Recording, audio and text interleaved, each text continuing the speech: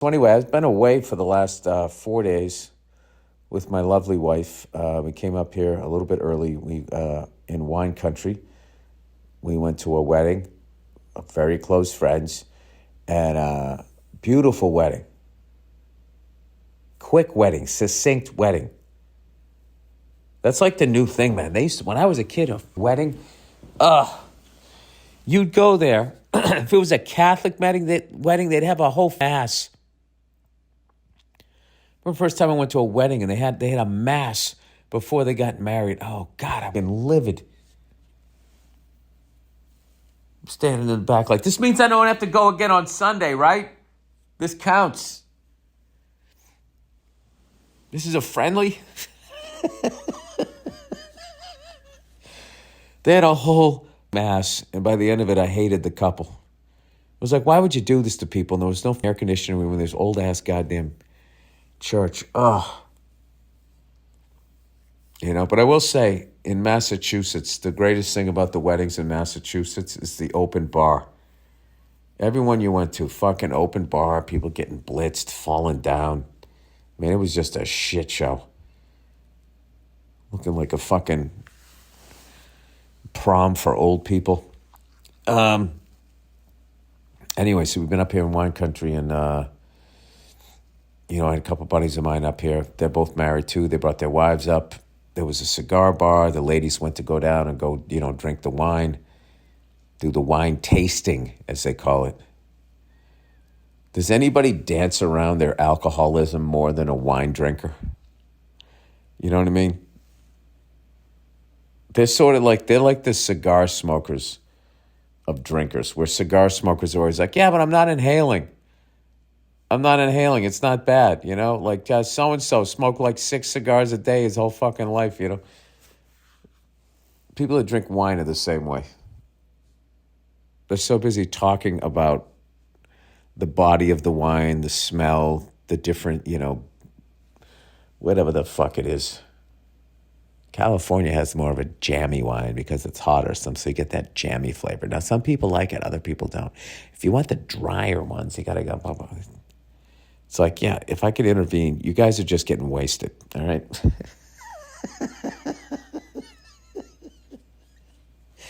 There's really, I understand. I enjoyed wine back when I drank, but I will tell you this. I'll give you guys some life advice. Okay? And this may sound simple. All right, there is no hangover worse than a red wine hangover. There's no advice there, but if you put music underneath it, it'll sound fucking, like I said, something. I remember that, drinking red wine, and the next day, waking up like my head was in a fight. I don't know what it was. Beer was one thing. That's one great thing about not drinking. It's not how you feel physically. It's really just not having to apologize or be embarrassed and be, oh, God. Oh, Jesus. I take my shirt off. Oh, other people were taking this shit. You try to fucking justify it the next day. Other people were drinking too. Maybe they don't remember. Then it's 11:30 in the morning. You still haven't gotten a text message. So then you start putting feelers out like, hey, man, pretty banged up. I don't even remember past 10 o'clock. You always do that. You give yourself a 2-hour cushion before whatever fucking thing you did. Dude, where did we go after that second bar? I don't even remember. Yeah, you do.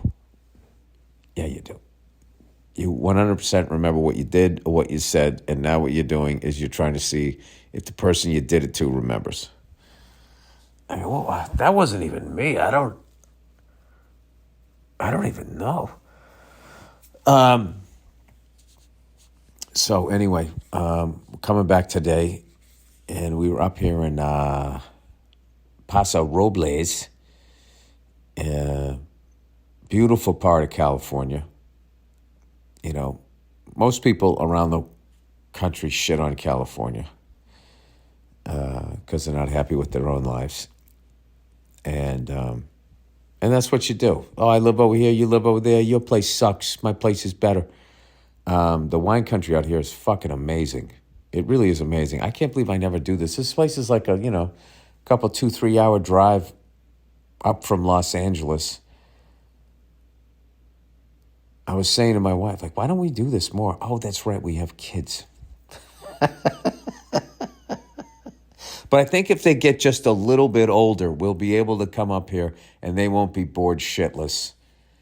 And I just like coming up here and getting away from the traffic. Although they were saying that the last couple of years, it's kind of blowing up here. That always happens, Can't a sleepy town just stay a sleepy town? That's why I always thought Doug Stanhope figured it out.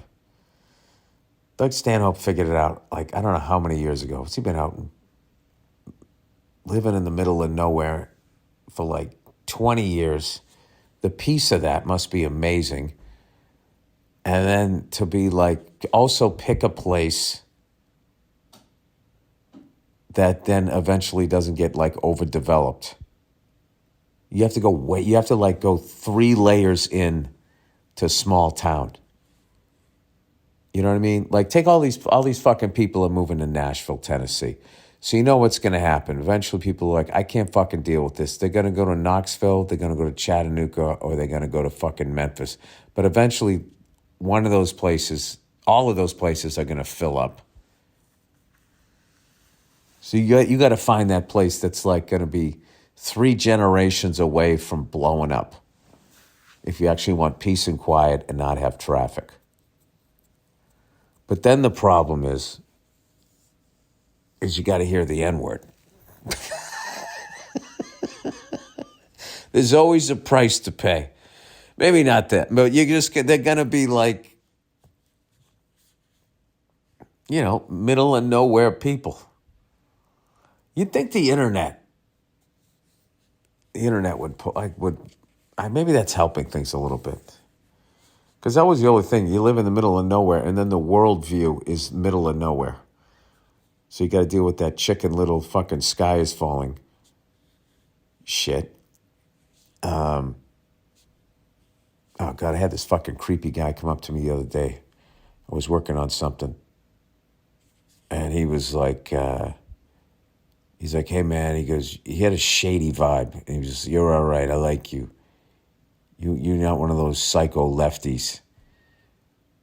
So I looked at him. I go, yeah, I'm also not one of those psycho righties. And he goes, yeah, that's it.